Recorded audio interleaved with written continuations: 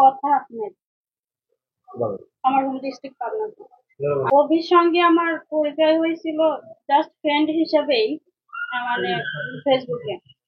তো পরিচয় হয়েছিল অনেকদিন যাবতই, কিন্তু ও ইতির কথা বলতো না। বলতো যে হচ্ছে ওর নাকি ডান্স পার্টনার ইতি। তো ওইভাবেই আমি জানতাম যে ও ডান্স পার্টনার ইতি। তো এর মধ্যে ওদের কি যেন নিয়ে সব ঝামেলা লাগে, রিয়ামণিকে নিয়ে, ও যে আলম ভাইকে নিয়ে, সবাইকে নিয়ে। তো ও মামলা করতে যায় আলম ভাইয়ের নামে। এটা তো আপনারা সবাই জানেন যে অভি একটা মামলা করছিল। ফার্স্টে অভি যখন থানাতে যায় মামলা করতে, ওর মামলাটা কেউ নিচ্ছিল না। তো আমাকে বললো, দেখো কথা, আমি তো থানাতে গেছি আলমের নামে মামলা করতে, কেউ নিচ্ছে না। তো বললাম আচ্ছা ঠিক আছে, তাহলে আমাকে সঙ্গে নিয়ে যাও, আমি দেখবো না কেন নিচ্ছে না।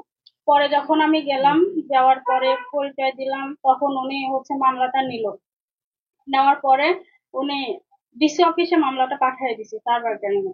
তখন আমি হচ্ছে ওই মামলাটা হাইড করে রাখছিলাম, যে যদি এমনিতে বসে সবাই যদি মীমাংসা করা যায়, তাহলে মামলায় হাবিজাবি এগুলো জড়ানোর কোনো দরকার নেই। এগুলো তো অনেক বলছিল, বলা পরে। তো হচ্ছে এক পর্যায়ে দেখি যে আলম ভাই আর ইতির হচ্ছে ইয়ে হচ্ছে আপনার যে সম্মিলন হচ্ছে। তখন ইতি তো পরিচয় দিল যে অভির বউ বউ হিসেবে।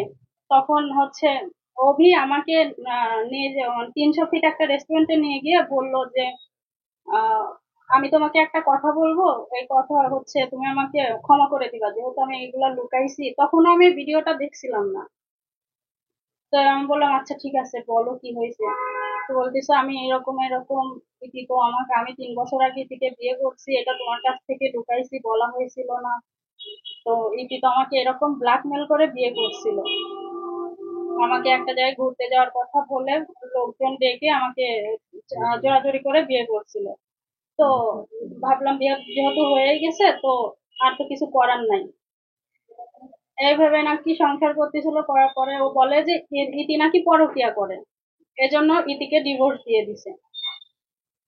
এইসব কথা আমাকে পরে বললো। তো বললো আমি এগুলো তো লুকাইছি, আমি বলি নাই, তুমি আমাকে ক্ষমা করে দাও। মানে হাতে পায়ে ধরে অনেক কান্নাকাটি করে যে আমার ভুল হয়েছে, এরকম আপনি আমার অসময়ে অনেক হেল্প করছেন, আপনি আমাকে ছেড়ে দেন না, মানে অনেক ধরনের কথাবার্তা বলে। তো বলছে আচ্ছা সমস্যা নাই, যে আমরা তো ফ্রেন্ড, অন্য তো কোনো সম্পর্ক নাই তখন। তো এগুলো তো আর সমস্যা নাই। পরে এক পর্যায়ে ওর তো সব ইনকাম বন্ধ, ওর পেজ থেকে ইউটিউব থেকে কোনো ইনকাম হচ্ছিল না। তো আমাকে টাকার কথা বলে যে আমার কিছু টাকা লাগবে, তুমি আমাকে দাও, পরে আমার যখন আর্নিং শুরু হবে তখন আমি দিয়ে দিব। তো ওকে আমি ফার্স্ট টাইম 40,000 টাকা দিই।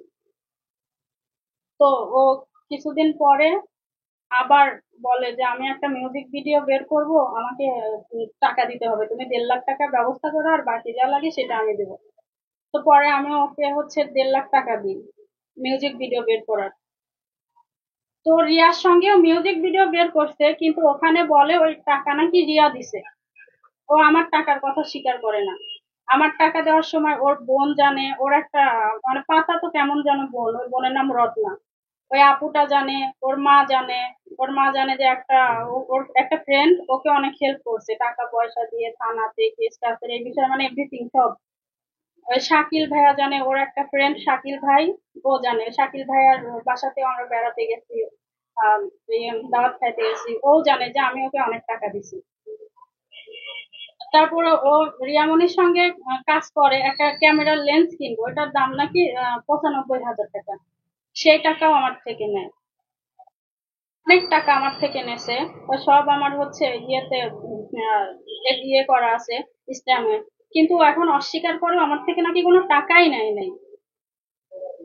আর এর এর মাঝে হচ্ছে রিয়া আর অভির কথা বলে। ও বলে যে রিয়ার সঙ্গে নাকি অভির কোনো সম্পর্ক নাই। কিন্তু আমি একদিন যখন ওর সঙ্গে ঝামেলা লাগে, ওর বাসায় যাই, ও তো ফার্স্টে ইয়েতে থাকতো,